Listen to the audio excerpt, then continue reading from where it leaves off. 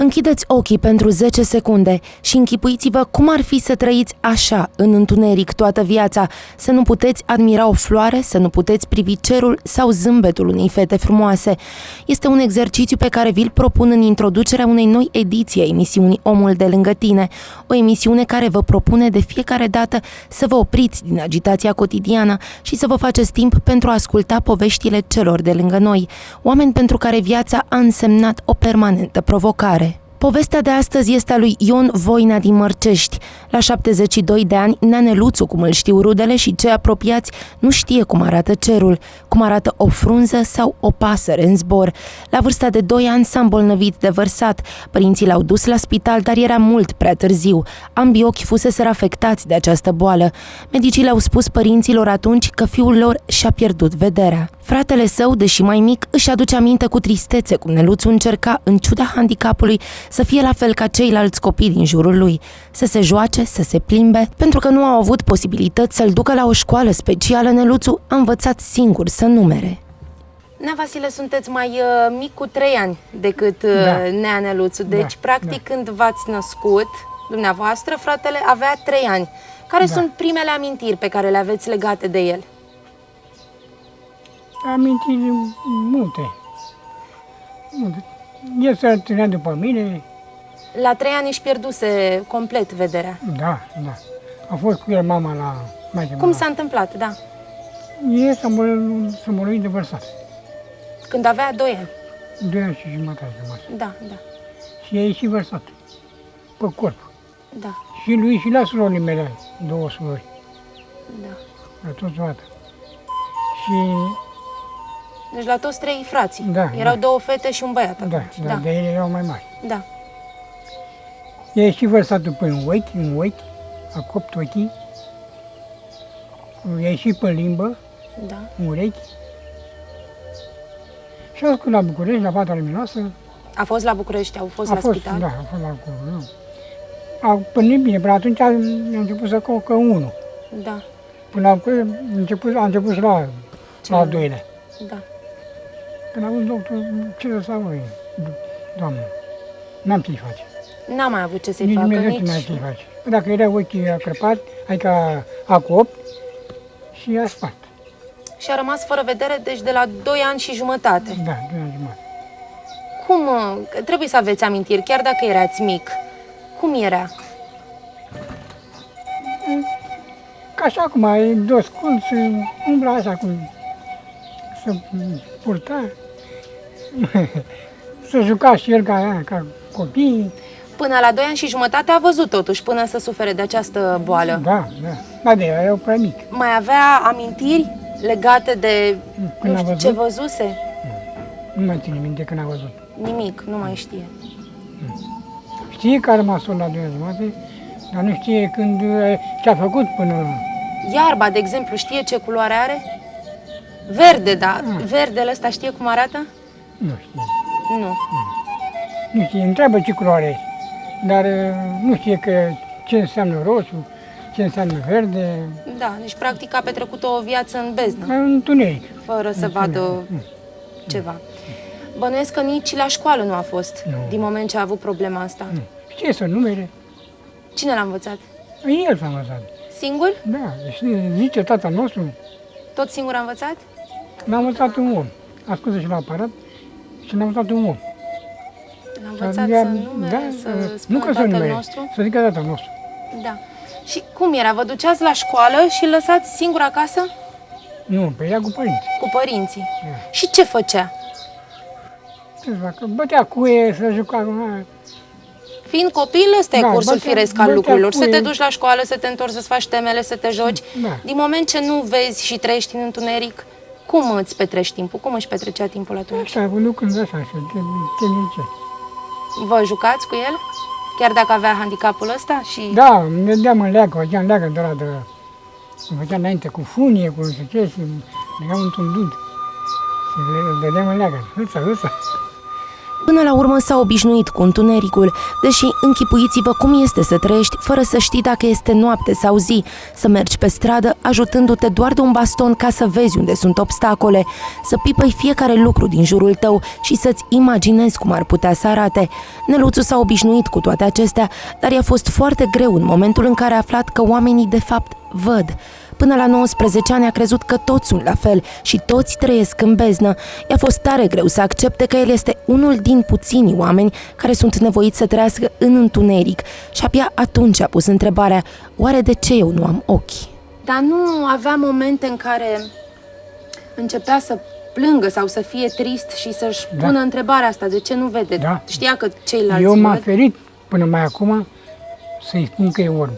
Adică nu m-am ferit, mi-era milă de el Adică nu, să-i spun că e orb. nu știa că e orb? Nu. Nu, eu știa el că toată lumea așa la fel. Băi, mă pipăi în ochi. Bă, ce tu ai ochi mai mari ca ai mei. Da. Da, mă, dar nici eu nu văd. Au. Și stai cu impresia că nici nu îi vedem. Da, acum știi. Acum știi când a aflat?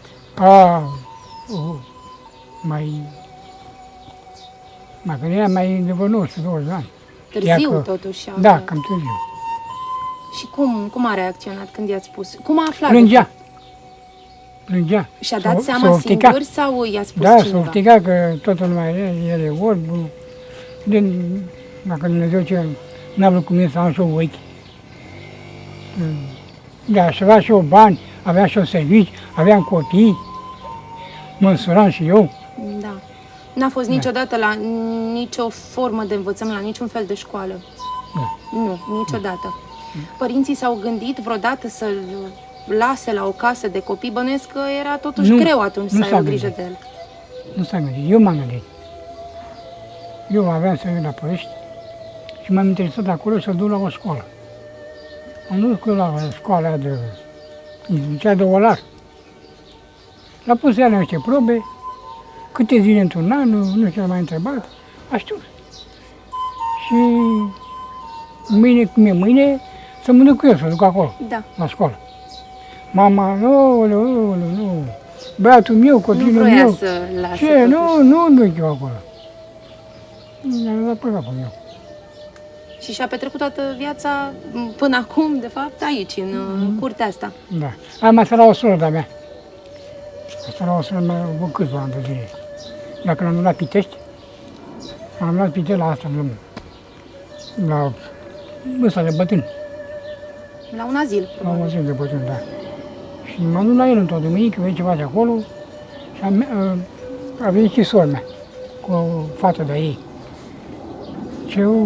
Ce le-au acasă. De ce nu era bine acolo? Nu-i plăcea? Nu, i-a zis ea că nici lui nu-i plăcea. Că Se obișnuise aici. ele ca să vii acasă. Încercând să treacă peste handicapul său, Neaneluțu a încercat să învețe să facă toate lucrurile pe care un om normal care vede le face. Mai greu la început, dar nu s-a dat bătut. Să scoată, aveam un păr aici, să taie părul. Păi putea? Câte buturi a scos în pământ. Cum? Haide, cu pelnic, cu barosul, cu... Ce mai făcea prin curte? Când era mai tânăr, acum fiind bătrân mai greu. Păi, corsă porumbul de foi, de boabe, coase, cârpește pantalonii ăștia de-ai lui. Coase? Da. Păi cum, Păi dacă nu vede? Să văd, Că sunt mulți care văd și nu știu să... pe ce, dacă văd, unii ăștia făcut de ele, era mai mari. El i-a scurtat. Cum, singur a învățat sau El, singur. l-a ajutat cineva? Bănuiesc că i-a arătat să pipă ea cu ața. Ce, mă pune să-i cumpăr ace? Deci e Da, dinamic, nu-i place să stea. Bate cuie, zici că... Nu s-a lovit niciodată în Ba viață. da, se mai rădește. Neaneluțu a trecut și prin momente groaznice. Unul din acestea a fost atunci când a fost răpit și dus la Constanța, unde a fost obligat să cerșească. A avut însă noroc și în scurt timp a revenit acasă. Cu ceva timp în urmă a fost plecat la Constanța sau a fost... La Furan și Țigani, Cum s-a întâmplat? după drum. Era într-o Aici sâmbătă. din sat? Da, aici din sat. El sta acolo în Dogari, Da, la soră de noi. da, da. Și venea într-o sâmbătă dimineața, venea de o pomană.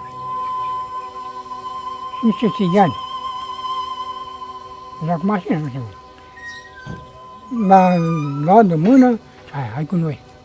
Eu, gata, l-a suit în mașină. Și unde l-au... Unde l-a dus la Constanța. Da. Și o fată de aici la noi, într-o vinere seară, ea era cu bărbatul acolo. Era un concediu. Da. Da, bărbatul era în poliție. Și a dat telefon la taică-s aici. Că îl cunoștea. Ce ăsta e Neluț, fratele meu Vasile. Da, da.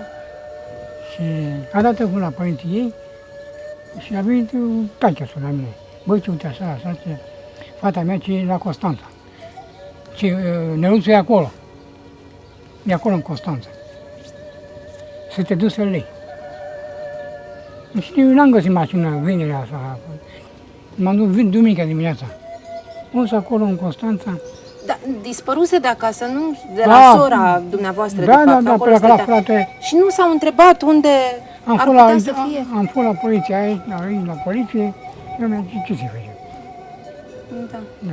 V-ați gândit că l-a luat cineva? Că altfel n-avea cum să plece. Da, pe mine, că mi-a spus fata aia. Da, da. Și mă la Constanța acolo. Mă la sediul de asta, la poliție. Da.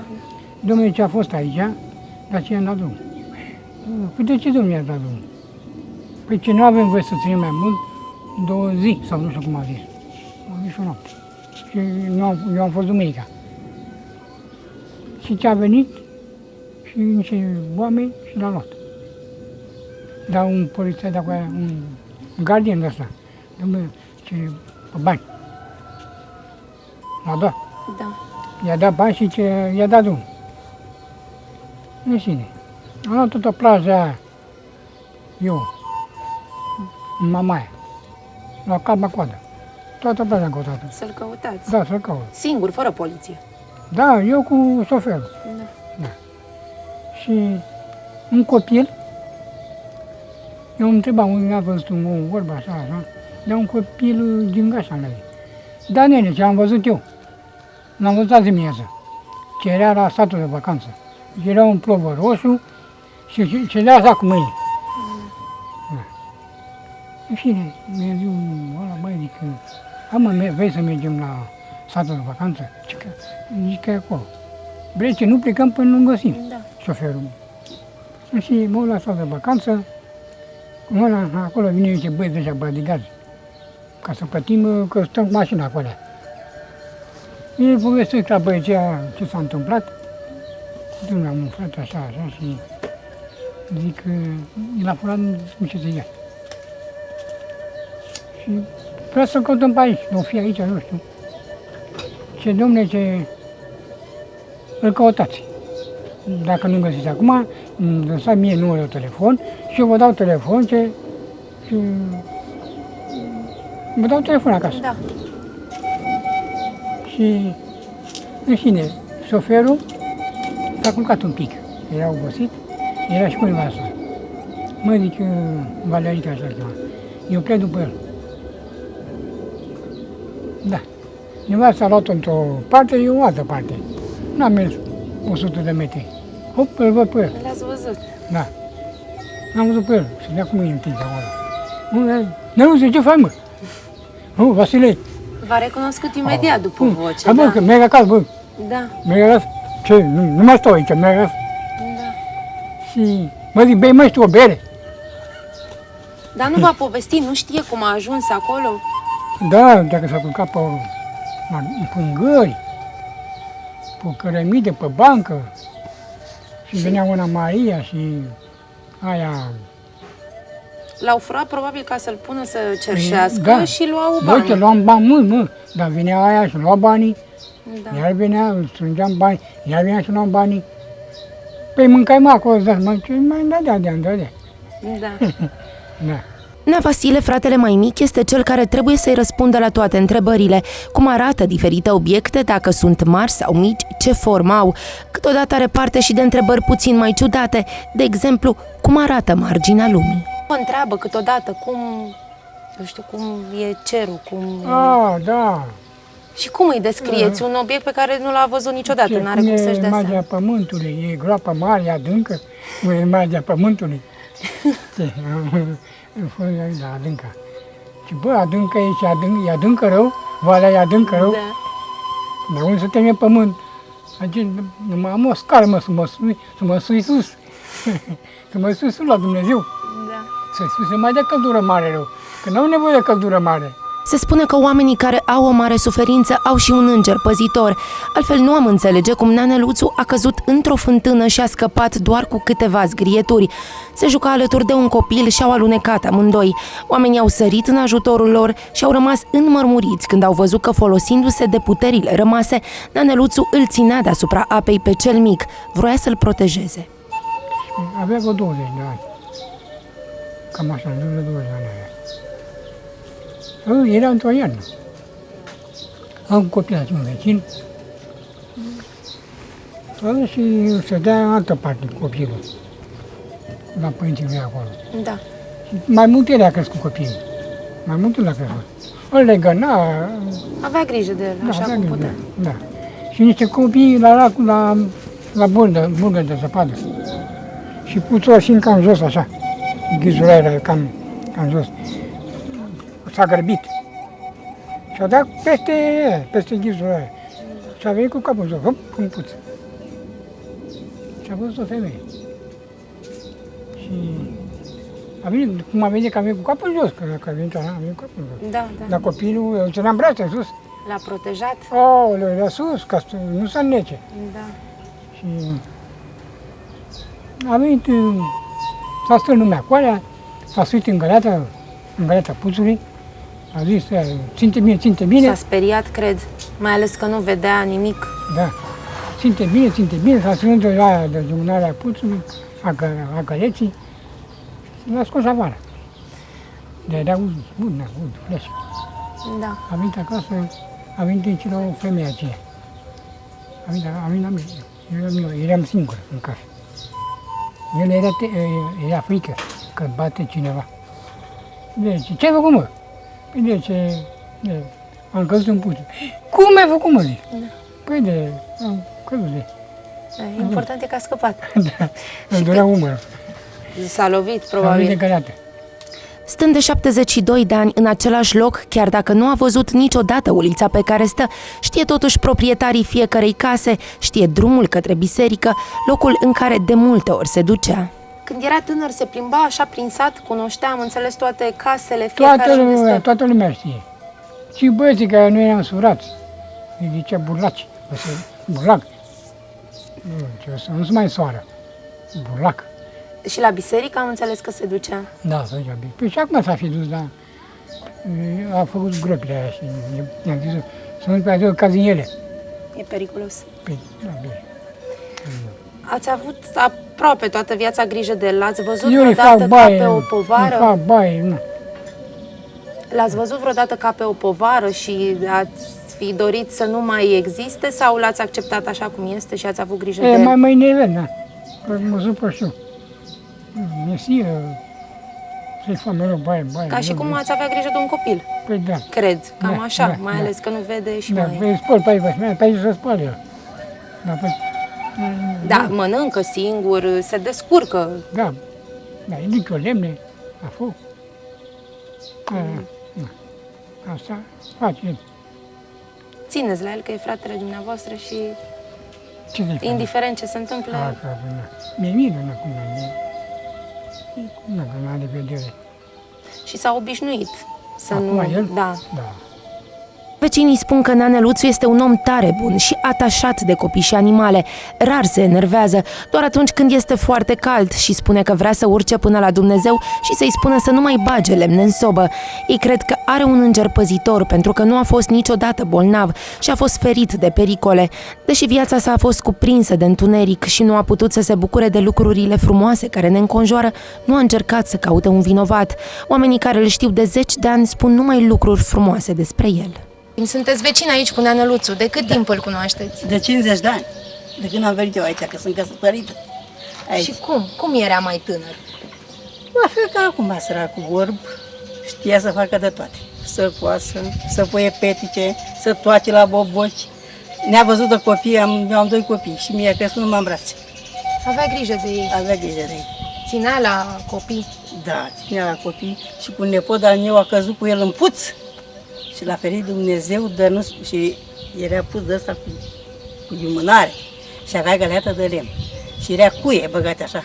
Și nu l-a atins un cui, nici pe el, nici pe copii. A ajuns la apă și imediat s-a ridicat în sus cu băiatul. Da. Era sărac, e cu minte, să știi. Ce mai făcea? Ce treburi mai făcea prin curte? A învățat să facă de toate, am înțeles. Spărgea lemne, le căra, le punea la locul lor. De toate. Curăța toamna, porumb. Un om cum se cade, așa îl Un știi. om bun. Nu cum să cade, păcat de el. Păcat de el că să fie avut și el barem în ochi. Era tare vrenic și priceput. Da, probabil nu și-a făcut nici și o familie, tot din Păi cauza da, aia asta. n-a făcut și ce era să facă săracul, să umble cu el, să ducă la școală, că ăștia trebuie dus și ei la o școală, ca să învețe și să a văzut că se căsătorește pe acolo. Acum mai mare, să pleca pe drum, cunoștea toată lumea o cunoaște. Unde stă Leana lui Ghițigă, unde stă tita lui Vasă, unde stă Andrei Dar cum o fi învățat? Dacă nu a Dumnezeu, văzut niciodată. el are înger păzitor cu el. Credeți că așa este? Cum să Dumnezeu. Păi el simțea când vine mașina, el făcea cu ciomagul, avea el un simț în el. Simțea unde e șanțul, să dădea înapoi. Da. La biserică știa unde e popa, unde în stânga, Se în ducea și dreapta. la biserică. Cum să nu?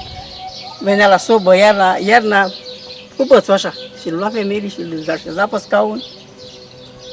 Venea săracul, pe zăpadă, pe ploaie, pe nisoare, se plictisește și el acasă. Dar l-ați auzit vreodată văitându-se că este greu, că nu vede? Niciodată. Niciodată. El crede, dacă el n-a știut că e lumina, nu, aoleu, Doamne, nu văd și eu. Dacă zice așa acum, zice și acum, Doamne, nu mai băga lemne în foc, că mă frige rău, mi-e cald. Dar acolo nu știe nimic. Asta e. Când plouă rău, că Doamne nu mai ploua, când e în frig, aoleu, Doamne, ce mi-e frig. Da, asta era vorbile lui. Până îi recunoaște după voce. Și copiii după aceea și pe toți. Și de copii cum avea grijă? Ce le Îi ținea în brațe. Îi ținea în brațe. vorbea cu ei? Vorbea cu ei și dacă ei plângea, îi făcea așa în spinare. Hai că vine mama ta acum, știi de să sugi. Hai că vine mama ta acum, știi de să sugi. Eu plecam dimineața și în special fata mea. Fata mea n-a mâncat. De când am născut-o numai laptea sub de mamă și până la 14 luni. Și la urmă eu plecam la colectiv. Și eu găseam nemâncată dimineața, dimineața până seara. Ea nu mânca biscuit, ea nu mânca ceai, nimic. Decât o găseam la el în brațe. Dar aveați încredere să lăsați Păi copiii? era cu soacră mea. Era cu soacră Da, mea. da. Da, și el venea la mine, că știa că eu plec de acasă. Da. Era cu minte sărac. Pe toți, se văd 3-4 copii, adică să fac el. Cum se cade, n-a făcut rău nimănui, N-a nici nu făcut prea rău nimănui. are cum. Na, Am văzut că și de animale foarte... i-am spus că a căzut cu puț. A fost și la Constanța, a fost furat. Da, a fost furat sărac. A fost furat și spunea că, oricum, ultima Maria, nu știu cum. Seara mă lua după plajă și îmi dădea să mănânc cârnați și bere. Mai mare ca mine cu un an, de 30 și... Eu sunt 38, el în 37. Și am copilărit de mici. El de la 2 ani a rămas fără ochi, fără vedere. Da. Și am copilărit cu toți aici, așa, ca copii. Dar el ne cunoștea decât punea mâna pe noi, așa, tu ești Diță, tu ești Ilie, tu ești Gheorghe, tu ești... După voce, După voce și după, dacă nu vorbeai și punea mâna așa, Își dădea seama. el știa, tu ești, de exemplu, lui mama sau lui tata, îi zicea Nenea Nicolae sau Țața Sanda, tu ești. Da, îi cunoștea. Da, cunoștea pe copii pe aici, așa, pe... Se juca și el când era mic. Se jucau cu noi, păi dar cum? Era numai pe lângă noi pe aici, el a crescut cu noi odată. Am înțeles că până la 19-20 de ani a crezut că toată lumea e cum este, fără că vedere. nu vede nimeni în Da. lumea asta. Iar când a aflat, a fost tare A trist. fost greu pentru el, că își mai dădeam peții, că Doamne, nu-mi dai și mie să văd și eu ce e pe lumea asta. Deci mai dezmedicea el în capul lui așa. Când era mai tânăr și aducea aminte că nu vede și că era greu pentru el. Asta e, a S-a crescut. obișnuit așa, am văzut că face multe în curte, taie Păi lemne, coase, bagă pe urechile acului. Dumneavoastră puteți?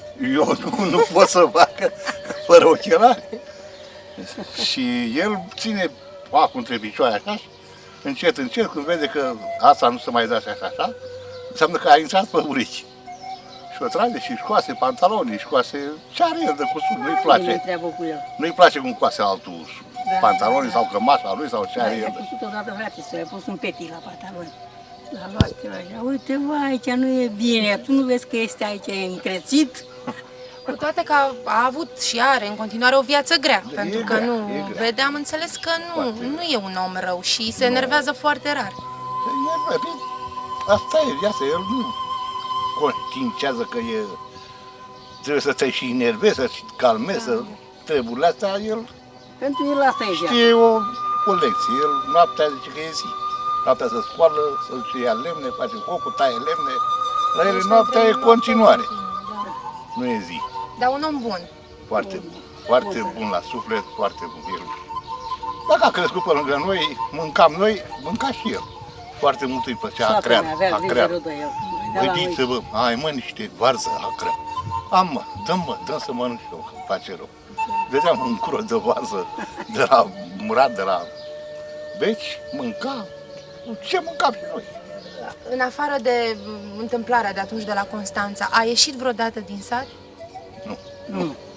N-a ieșit. Toată La biserică. viața... Atunci l-a răpit niște, Da. nu știu cine era, cine i-a zis. De pe aici, că el a trăit în Dogari, acolo, la o soră de-a lui. Și uia, dacă s-a prăpădit, i-a luat o nepoată l-a luat pe el și l-a ținut până când s-a înfăitat cu niște români de ăștia vechi. Și l-a luat și l-a dus la căpătată. Constanța, da, să-l pună la... Ei, a venit, a împădut locul, a asistat. Era o țigancă din Băleni, de acelea, o femeie înaltă, cu roche mare pe ea. Și venea cu batice, venea cu câte ceva. Și atrăgea acile, să uitam. Pusese ochii pe el să... Da, și la câteva săptămâni am auzit că n-a mai venit Neluțu acasă. Unde e Neluțu? La căta săracii. S-a interesat de el și l-a văzut cineva tot de la noi și l-a cunoscut la mare. Pe plajă, la Da, ne-am povestit, da. la casă de vacanță sau cam așa ceva l-a găsit acolo. Și apoi a spus aici, așa că, mă, fratele tău este în Constanța. Duceți-vă, bărbatul, fata de la noi, era polițai la Ploiești. Ei era în stațiune ca toată lumea, cum se duce. Și l-a cunoscut, că ea fiind aici, și așa, mă, ăsta e Neluțu. Cum, mă, ce ăsta e, mă, ăsta e de la noi. Venea la mama, da. Deși nu vede, ar fi putut să-i se întâmple multe lucruri rele până Doamne acum. ferește, da. Cum credeți că a rezistat și n-a pățit nimic? A căzut și în fântână, l-au furat și țiganii și l-au dus la Constanța. Dar a ținut Dumnezeu. Dumnezeu. Nu l-a dus la spital, nu s-a internat. N-a fost bolnav? Niciodată. Mai dă așa, cât un pastile când îl doare și pe el capul, doare capul, măseaua sau măselii. pe toată lumea. Da.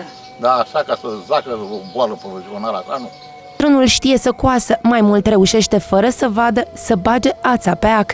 Ne-a făcut și nouă o demonstrație.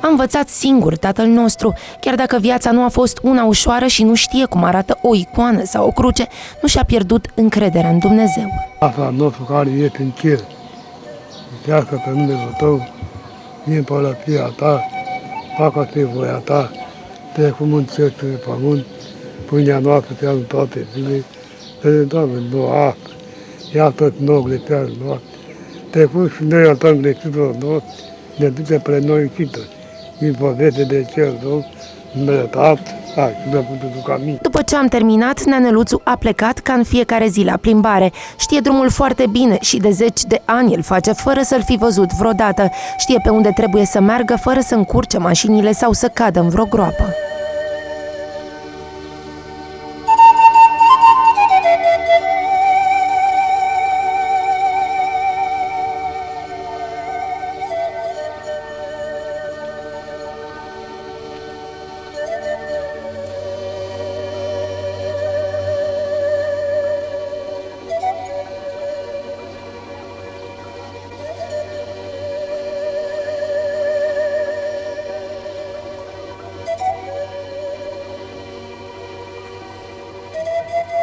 În final vă propun exercițiul cu care am început. Închideți ochii pentru 10 secunde și imaginați-vă cum ar fi să trăiți așa în întuneric toată viața. Doar astfel veți înțelege viața lui Neaneluțu. Și-a pierdut vederea la 2 ani. La 19 ani a aflat că de fapt nu toți oamenii trăiesc așa ca el, în beznă. A avut atunci un șoc, dar încet și-a revenit. A învățat cu greu să se descurce singur. Ne-a demonstrat că știe să și coasă. Doar atunci când întâlnim astfel de oameni care au fost privați întreaga viață de lumină și culoare, ne dăm seama cât de bogați suntem. Neaneluțu poate fi un exemplu pentru noi, un exemplu de voință.